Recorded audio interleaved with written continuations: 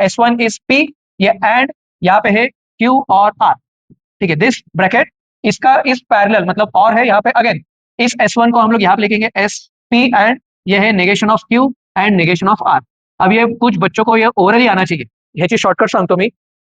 और P and यहाँ से हम लोग नेगेशन कॉमन लेंगे, सो जब आप नेगेशन कॉमन लेंगे ये हो जाएगा Q और R, ठीक है। अब अगेन हम लोग यहाँ पे लगाएंगे डिस्ट्रीब्यूटिव का opposite, this is x multiplied, यहाँ पे this is also x multiplied, I will call this as y, I will call this as z। So ये ब्रैकेट ब्रैकेट क्लोज। अब एंड को हमने मल्टीप्लाई किया है तो और को हम लोग लिखेंगे प्लस, तो ये बन गया x into Y plus Z.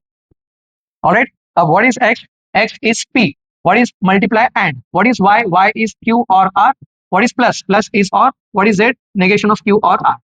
अब look at this, something or negation of something, something or negation of the same thing is true, अब p and true is p। Where is the option? Option A. And इसका shortcut भी बताओ, shortcut ऐसा होता है, whenever you have two switches in parallel और उनके parallel में उनका dash is in series, I repeat, whenever you have two switches in parallel और उनके पैरेलल में उन दोनों का डैश होता है, तो this entire thing is of no use, इसका कुछ काम नहीं होता है, उसे पूरा भूल जाइए, the answer will be S1 which is what we have got here.